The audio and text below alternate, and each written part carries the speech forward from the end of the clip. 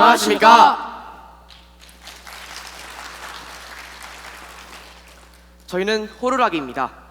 호루라기는 잘못됨을 감지하고 올바른 정의를 알려주는 역할을 가지고 있습니다.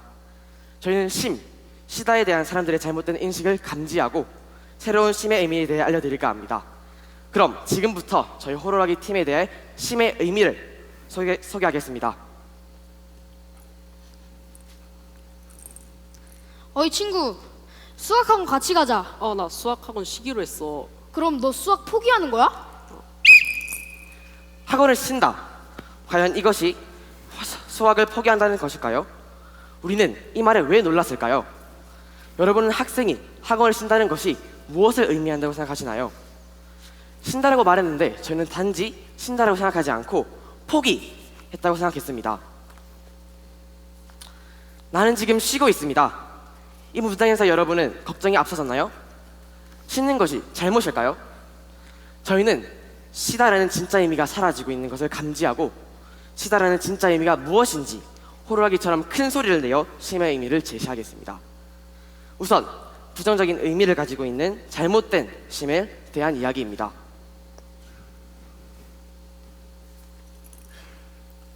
쉼의 첫 번째 부정적인 의미는 바로 뒤처짐입니다. 학원을 쉰다는 것은 학원에 가서 공부를 하지 않는다는 것입니다. 선행학습이 대부분인 우리나라에서 학원을 쉰다는 것은 선행을 하지 않는다는 것입니다. 그러면 다른 친구들에 비해 성적과 지식이 더 떨어진다는 의미로 해석되겠죠. 그래서 우리는 쉰다라는 말을 뒤처진다는 말로 잘못 인식합니다. 두 번째는 무능력입니다. 무능력, 즉 아무것도 할 수 없다는 것입니다. 나 요즘 쉬어. 사람들은 이 말을 들으면 어떤 생각을 할까요? 저 사람 백수인가? 라고 생각할 수도 있습니다.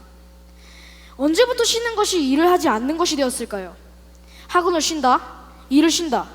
우리는 이런 이들을 무능력한 이로 봅니다. 마지막은 무책임입니다.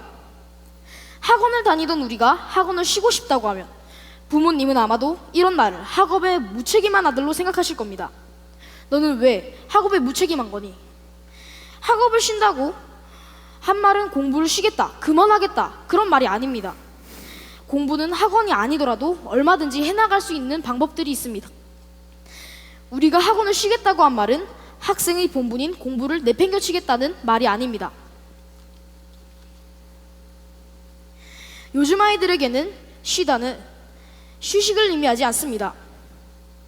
아이들에게 쉬다는 앞서 말씀드린 것처럼 뒤처짐, 무능함, 무책임을 의미합니다.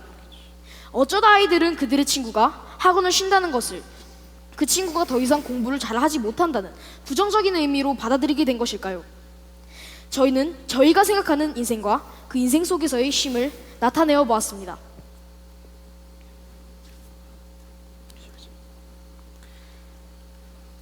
인생이란 우리에게 고속도로와 같은 것입니다. 고속도로의 속도는 꽤 빠른 편이죠. 쉼없이 달려야 하는 것도 맞고요. 꼭 우리가 살아가야 할 인생처럼입니다. 저희는 먼 곳에서 강원도까지 올라왔습니다.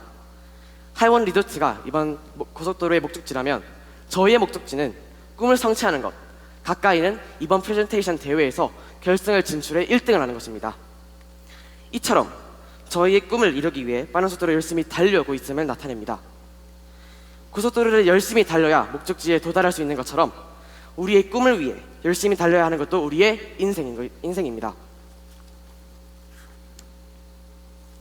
고속도로에서 힘이 들면 여러분은 대부분 무엇을 하시나요? 대부분 사람들은 휴게소에 가서 볼일을 하거나 음식을 먹습니다. 또는 졸음쉼터에 들려 잠깐 눈을 붙이기도 합니다. 자동차는 주유소에 가 연료를 충전합니다. 저희 삶도 고속도로와 똑같습니다. 즉, 저희가 삶에서 휴식을 취할 수 있는 장소가 필요하다는 것인데요. 고속도로에 있는 휴게소, 졸음쉼터, 주유소가 우리 인생에 필요하다는 것입니다. 휴게소는 운전을 하다 지친 몸을 잠시 쉬게 해주는 고마운 존재입니다. 삶도 그렇습니다. 우리가 평소 하던 일이 너무 힘들면 잠시 쉬어가는 것도 나쁘지 않습니다. 휴게소는 가족과 밥도 먹고 화장실도 가는 일상의 쉼이라고 표현할 수 있습니다. 그렇지만 우리는 이런 일상의 쉼을 소중히 여기지 않고 당연한 것이라고 생각합니다. 만약 휴게소가 없다면 어떻게 될까요? 화장실을 가고 싶어도 갈 수가 없고 배가 고파도 무엇을 먹을 수도 없습니다. 우리 삶에 휴게소가 없다면 고속도로에 휴게소가 없는 것처럼 기본적인 삶을 누릴 수 없을 것입니다. 휴게소가 우리에게 기본적인 일상의 쉼이라면 졸음 쉼터는 위험을 막을 수 있는 도움의 쉼이라고 할 수 있습니다. 고속도로에서 운전을 하다가 잠이 오는데 별거 아니겠지 하고 졸음 쉼터를 지나치면 어떻게 될까요? 아마 끔찍한 사고를 당할 수도 있습니다. 삶도 마찬가지입니다. 회사원들은 오늘 할 일 끝냈는데 밤늦게까지 야간을 계속 강행하고 학생들은 늦은 시간까지 야간 자율학습을 계속 진행합니다. 그러다 결국 큰일을 당하게 되는 것입니다. 힘들고 위험하다 싶을 때 우리는 쉼을 가져야 합니다. 쉼의 소중함을 절대 무시해선 안 됩니다. 우리의 자동차는 목표 지점까지 도달하기 위해 많은 양의 기름을 소비합니다.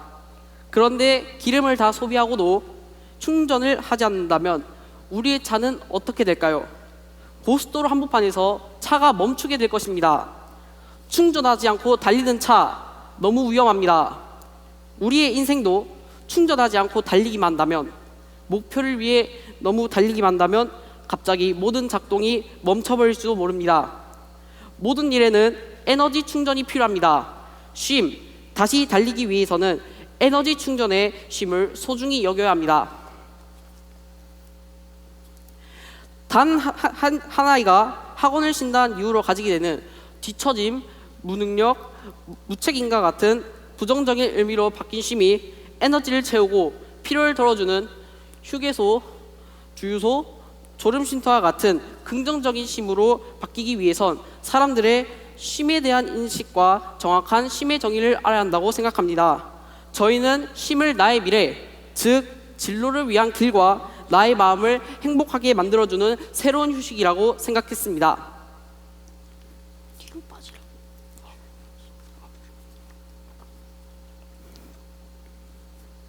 우리는 진정한 쉼에 대해 고민하다가 우리 네 사람에게 있어서 쉼은 무엇일까를 생각하게 되었습니다. 우리가 가진 목표, 고속도로에서 본다면 목적지, 그건 우리의 꿈일 것입니다. 나의 꿈으로 가기 위한 나만의 쉼을 가지게 해주는 해결책으로는 꿈을 이루도록 도울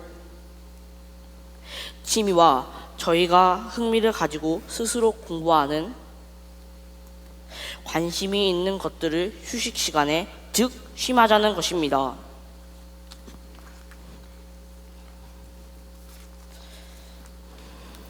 저는 자동차 디자이너가 꿈입니다. 저에게 있어 진정한 쉼은 자동차 그림을 그리는 것으로 저는 학교에서나 학원에서나 언제든지 차를 그립니다. 저는 자동차를 그리면서 삶의 행복을 느낍니다. 저는 축구를 좋아합니다. 저는 축구를 하면서 생각을 하고 같이 땀을 흘리고 노력했습니다. 이것이 저에게 주어진 즐거운 쉼의 순간입니다.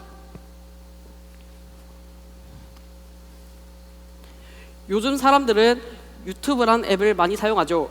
유튜브는 다른 사람이 올린 동영상을 시청할 수 있는 앱인데요. 유튜브라는 직업이 생길 정도로 규모가 어마어마합니다. 저는 이 유튜브라는 앱으로 다양한 교육적 프로그램을 시청하는데 좀 더 편리하게 볼 수 있습니다. 저는 유튜브를 통해 공부한 순간이 저만의 쉼이라고 생각합니다.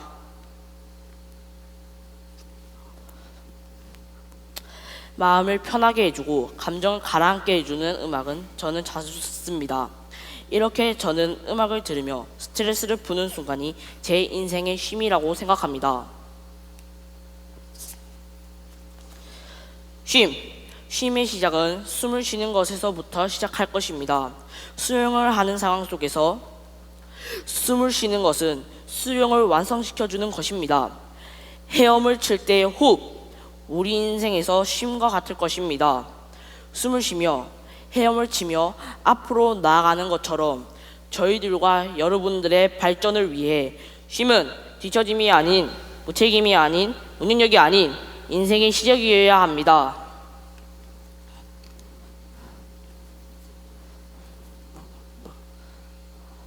지금까지 쉼의 진정한 의미를 찾기 위해 울림있는 소리는 호 루 라 기 팀이었습니다. 감사합니다.